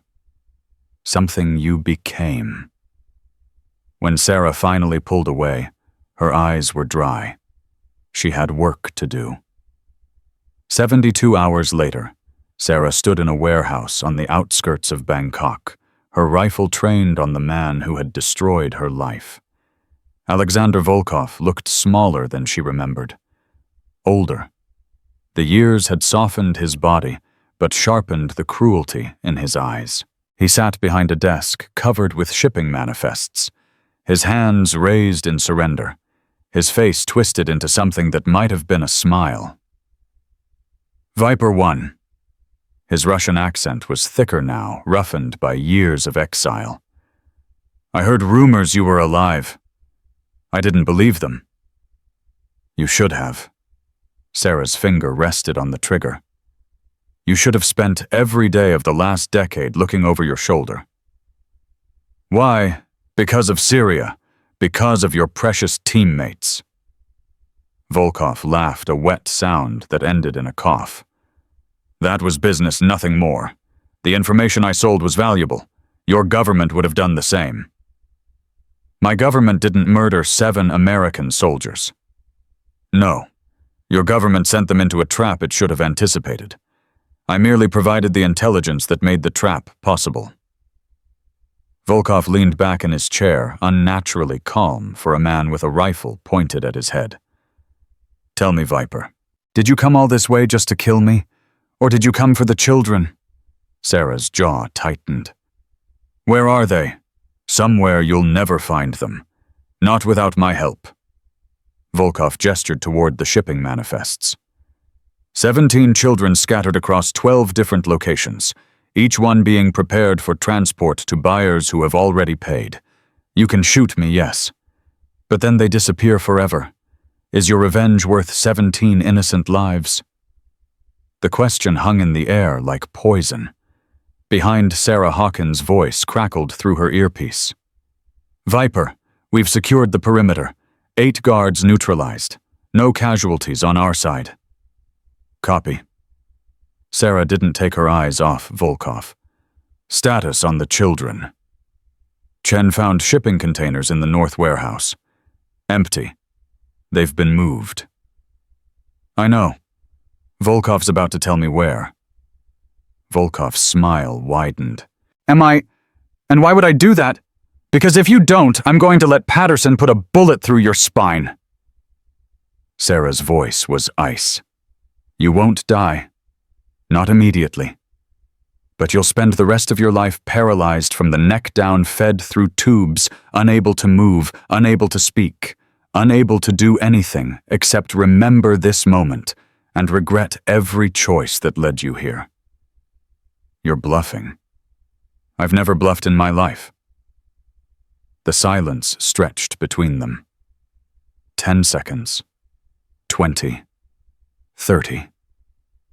Volkov's smile began to fade. "You've changed," he said quietly. "The woman I remember from the intelligence files, she would have killed me the moment she walked through that door. She wouldn't have hesitated. She wouldn't have negotiated. That woman died in Syria. You killed her." Sarah took a step closer. "The woman standing in front of you now doesn't want revenge. She wants those children. Give them to me and you'll live to face trial.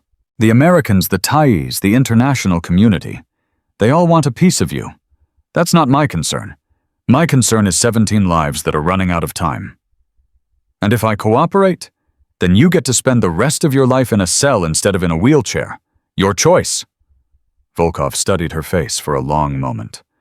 Whatever he saw there made something shift in his expression. The arrogance cracked.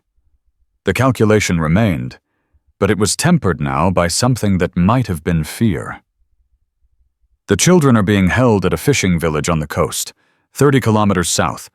There's a boat scheduled to take them to international waters at midnight." He glanced at his watch. "That gives you approximately 4 hours. Is this another trap? Does it matter, you're going to go anyway? Because that's what you do, isn't it? You walk into traps and somehow walk out again." Volkov shook his head slowly. "I've spent 10 years trying to understand how you survived Crimson Dawn. 400 fighters against one wounded woman. It should have been impossible." "It was impossible." "Then how?" Sarah lowered her rifle slightly. Not enough to give Volkov an opening, but enough to signal that the immediate threat had passed. "I didn't care if I died," she said. "I'd already lost everything that mattered, my team, my identity, my reason for living. All I had left was the mission. 47 people who needed me to survive long enough to save them." She paused. "That's the secret, Volkov. It's not skill. It's not training. It's not luck. It's simply not caring whether you live or die. When you reach that point when survival becomes irrelevant, you become capable of things that terrify everyone else." "And now, do you still not care?" Sarah thought about Maya, about the team waiting outside, about the 17 children who were depending on her to reach them in time. "Now I care about staying alive. I have people counting on me, but I've learned something in the last 10 years. She met Volkov's eyes. "Caring about survival doesn't make me weaker. It makes me fight harder. Because now I have something to fight for." She turned to leave, then stopped. "Hawkins, secure the prisoner. We move in 5 minutes." "Copy that, Viper." As she walked toward the door, Volkov called out one last time. "Sarah." She didn't turn around. "I'm sorry." That made her pause. "What? For Syria, for your team, for everything." Volkov's voice had changed. Quieter, almost human. "I told myself it was just business, that the people who died were soldiers who knew the risks. But I've had 10 years to think about it, 10 years to watch the footage, to see what you went through, what you survived." He paused. "I don't expect forgiveness, but I wanted you to know that what I did haunted me, every night, every time I closed my eyes." Sarah stood frozen at the threshold. Part of her wanted to turn around, to accept the apology, to find some closure after a decade of pain. But another part of her, the part that had carried 7 body bags in her memory for 10 years, wouldn't let her. "Good," she said finally. "I hope it haunts you forever." She walked out without looking back. The fishing village was exactly where Volkov said it would be, a cluster of wooden buildings perched on stilts above muddy water, a dock where a cargo boat waited its engines already running, and in the largest building, 17 children huddled together in darkness. Sarah's team hit the compound like a surgical strike. Patterson took out the guards on the dock before they could raise an alarm. Danny and Webb secured the boat, preventing any escape by water. Chen coordinated communications, while Hawkins led the assault team through the front entrance. Sarah went in alone, through the back. She found the children in a locked room on the 2nd floor. 17 faces turned toward her as she picked the lock, their eyes wide with fear and confusion. The youngest was 5, a little girl with tangled black hair and tear-stained cheeks, who reminded Sarah so much of Maya at the same age that her heart nearly stopped. "It's okay," Sarah said softly, kneeling to meet the children at their level. "I'm here to take you home." "Are you a soldier?" The question came from an older boy, maybe 12, who had positioned himself between Sarah and the younger children, protecting them, even now. I used to be. Now I'm just someone who helps people. The men said no one was coming for us. The boy's voice cracked. They said we were alone. They were wrong, Sarah held out her hand. You're not alone anymore, I promise. The boy hesitated. Then slowly, he took her hand. Everyone follow me, Sarah said. Stay close, stay quiet, and no matter what happens, keep moving. The extraction took 12 minutes. 12 minutes of careful navigation through dark corridors. 12 minutes of avoiding the remaining guards. 12 minutes of keeping 17 terrified children calm while gunfire crackled in the distance. When they emerged onto the dock, the cargo boat was secure and the last of Volkov's men were in handcuffs. Hawkins met her at the gangplank. His face was streaked with sweat and grime, but his eyes were bright. All hostiles neutralized. No casualties on our side. The kids, scared but unharmed. Sarah guided the children onto the boat, counting heads as they passed. 14, 15, 16, 17. All present, all accounted for, all alive. Get us out of here, she told the boat's captain, one of Webb's people, who had been positioned for exactly this moment. We have a rendezvous with a medical evacuation team in international waters.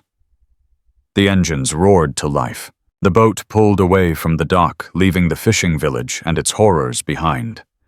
Sarah stood at the stern, watching the shore shrink into darkness. Her shoulder throbbed. Her body screamed with exhaustion. But for the first time in what felt like years, her soul was quiet.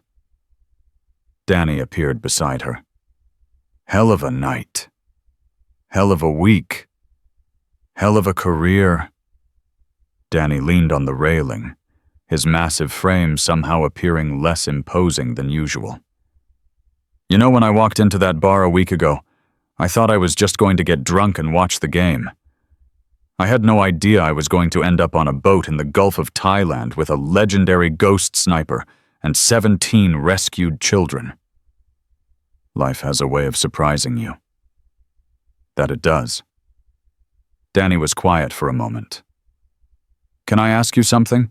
You can ask anything.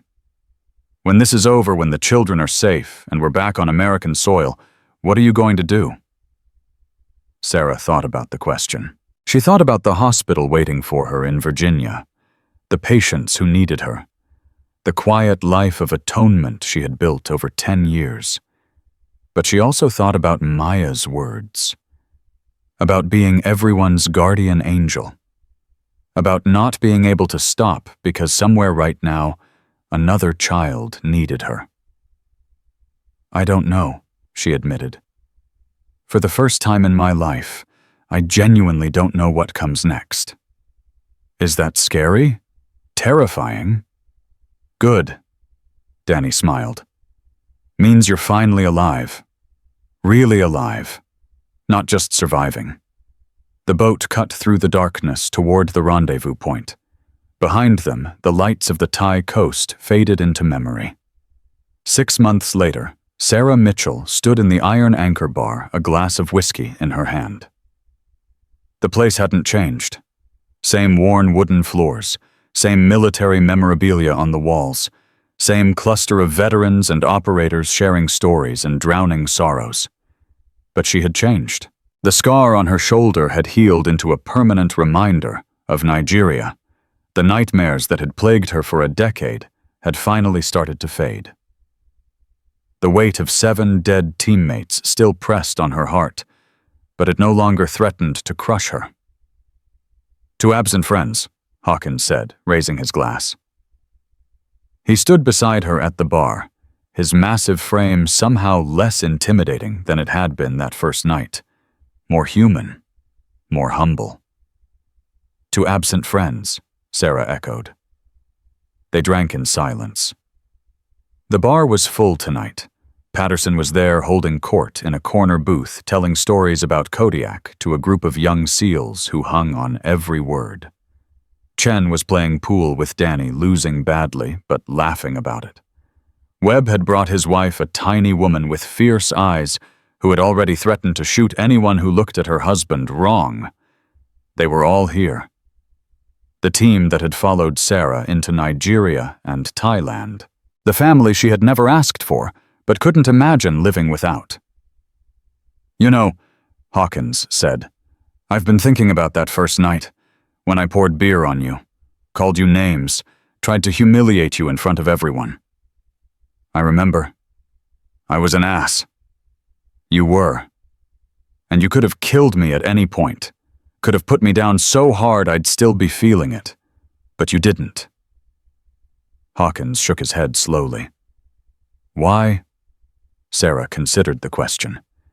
She thought about the woman she had been 10 years ago, the weapon, the killing machine, the ghost who didn't care whether she lived or died. "Because I was tired," she said finally. "Tired of being the first option. Tired of proving myself through violence. Tired of the person I'd become." She took a sip of whiskey. "I wanted to believe I could walk away from a fight, that I didn't have to be dangerous just because I could be. And now I understand that walking away was never really an option, not for someone like me. The world keeps producing monsters, Hawkins, and someone has to stop them." She met his eyes. "I just needed to remember that stopping monsters doesn't have to mean becoming one." The bar door opened. Maya Cooper walked in, her face breaking into a smile when she spotted Sarah. She crossed the room with the confidence of someone who had survived kidnapping twice and emerged stronger each time. "You're late," Sarah said. "I was helping Director Hayes with something." Maya slid onto the stool beside her. "She wanted me to give you this." She handed Sarah a folder. Inside was a single photograph. A shipping container somewhere in Eastern Europe. Armed guards. And through a crack in the metal doors, the terrified faces of children. "Another mission?" Hawkins asked. Sarah studied the photograph. She thought about the quiet life she had planned. The hospital. The patients. The atonement. Then she thought about the children in that container. The fear in their eyes. The hope that someone somewhere was coming to save them. "Tell Hayes I'm in," she said. Maya nodded, unsurprised. "She knew you would be. She also wanted me to tell you something." "What?" She said the world is full of people who talk about making a difference, full of people who write checks and attend galas and post on social media about causes they believe in. Maya's eyes glistened slightly. "But it's the people who actually walk into the fire, who risk everything for strangers who sacrifice their own peace for someone else's safety. Those are the people who change things. Those are the people who matter." Sarah was quiet for a long moment. "When did you get so wise?" "I had a good teacher." Maya grabbed Sarah's whiskey and took a sip. "A guardian angel who taught me that hope isn't something you wait for. It's something you fight for." Patterson had noticed their conversation. He limped over his prosthetic leg, clicking softly against the wooden floor. "New mission?" he asked. "Eastern Europe. Children being trafficked, the usual." "I'm in." "Me too," Danny called from the pool table. "Count me in," Chen added. Webb raised his hand. "My wife says I can go if I promise to come back with all my original parts still attached." One by one, every member of the team volunteered. 12 warriors who had followed Sarah into hell twice before and were ready to do it again. Sarah looked at them.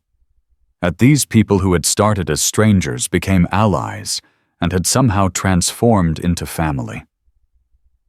"You know," she said, "when I walked into this bar 6 months ago, I was looking for a quiet place to drink alone.